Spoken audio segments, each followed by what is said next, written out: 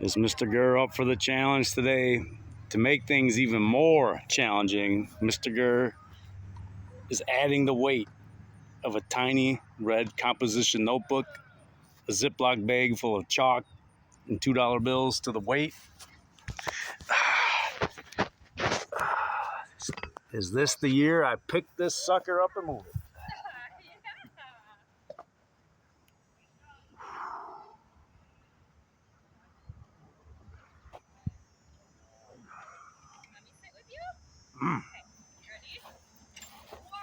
There are some people, as I was saying before I interrupted myself by turning the camera off, this is not the year Mrgrrr picks up the big rock and moves it and puts a $2 bill underneath it.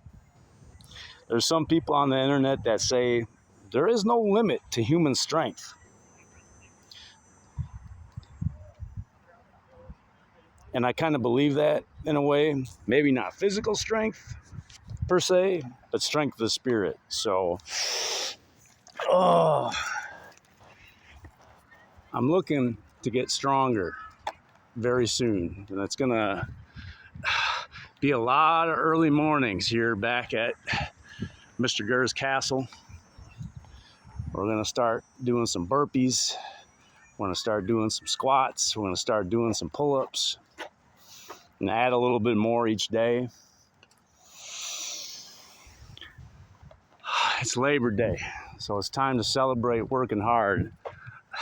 They're getting ready for the Labor Day parade over here next to the community building where everybody comes and votes. And last year on Labor Day, I spent in between 6 and 7 hours on the basketball court, running lines, doing suicides, and doing push-ups. I did 1,000 suicides and did 1,000 push-ups. And I don't feel like doing that today, but I wonder if any of these people recognize me from last year. I doubt it. I doubt it. But I'm thinking what I'm going to do is go to center court and write my sidewalk poem there at center circle. Hey, Patch. Every time I see a monarch butterfly, I say hi to Patch Adams, and I might have to send him an email after I'm done with my shenanigans for today. Now, there is so much goose poop on this basketball court, you gotta kind of watch where you step. When I'm kneeling down to write my words today, chances are there might be some poop on the knee, but I got something in my heart that needs to be put out into the world, and I'm not quite sure what it is yet, but I'll get there. And hopefully when I'm done, Grandpa Bob will hold off the rain for a little bit so that someone can read these words.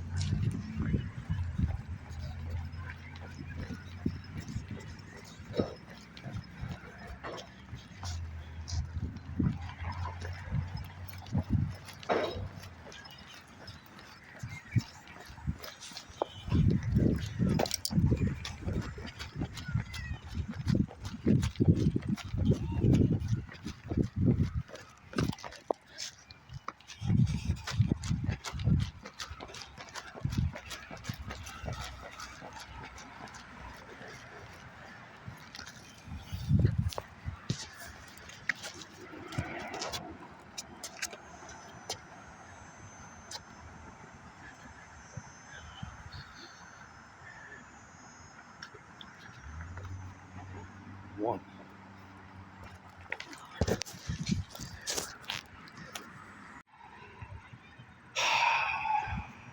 Not my best work, not my worst work, but it is perfect. I'm gonna sit down here after my labors amongst the goose poop next to the good people of Neenah, Wisconsin that are getting ready to celebrate Labor Day. I'm trying to make a promise to myself, to my family, to my friends, and to my neighbors that Mrgrrr on this Labor Day is going to start working again. Working hard to try to make the world a better place. Making the world a better place is not a salary job. It's not an hourly wage. It's not a 9 to 5. But it's the job that I've been doing since I think I've been 7 years old. And I'm very proud of the work that I've done in the world. Now, the flag over there by the Neenah Community Center is flying high today. There's been a lot of flags around town that have been at half-mast lately. And I think that has been, for us as a nation, to grieve and mourn the tragedy that happened recently in Minnesota.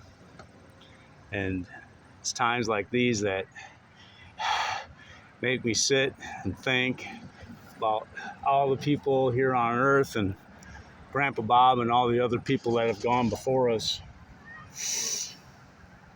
and why these things have to happen. And there's no clear answer whatsoever. You know, I talked a lot to Grandpa Bob about the incident, and I said, you know, Grandpa Bob, if you got the time, I would like you to watch the highlight reel of those two kids that are in heaven now. And I have no doubt that's where they are. I have no doubt. Hopefully Grandpa Bob was one of the first people in line to welcome them to the hereafter. Then, you know, I asked Grandpa Bob the other side of the coin. I said, hey, Grandpa Bob, if you don't mind, can you look at the highlight reel of the gentleman or lady that decided to do that evil under the eyes of heaven? And I would bet you dollars to donuts that there is a lot of cruelty in that highlight reel. I have just as much certainty as that as I do as those two little kids being in heaven. So, what to do? What to do? There are times like this that makes you think that cruelty has no limits. But I gotta stand firm in saying no, that is not true. If there's no light, zero light, you have darkness. And it can't get any darker than that. And if there's no sound, you have silence. It can't get quieter than that. Cruelty has a bottom. And I don't want to talk about what that is because it's a very depressing thought. But I know what absolute zero is for cruelty. But light can always be brighter. Noise can always be louder. There's no limit. The same is true with kindness. So I think the answer to the problems of the world come down to, well, we need to flood the world full of kindness to a point that has never been seen before.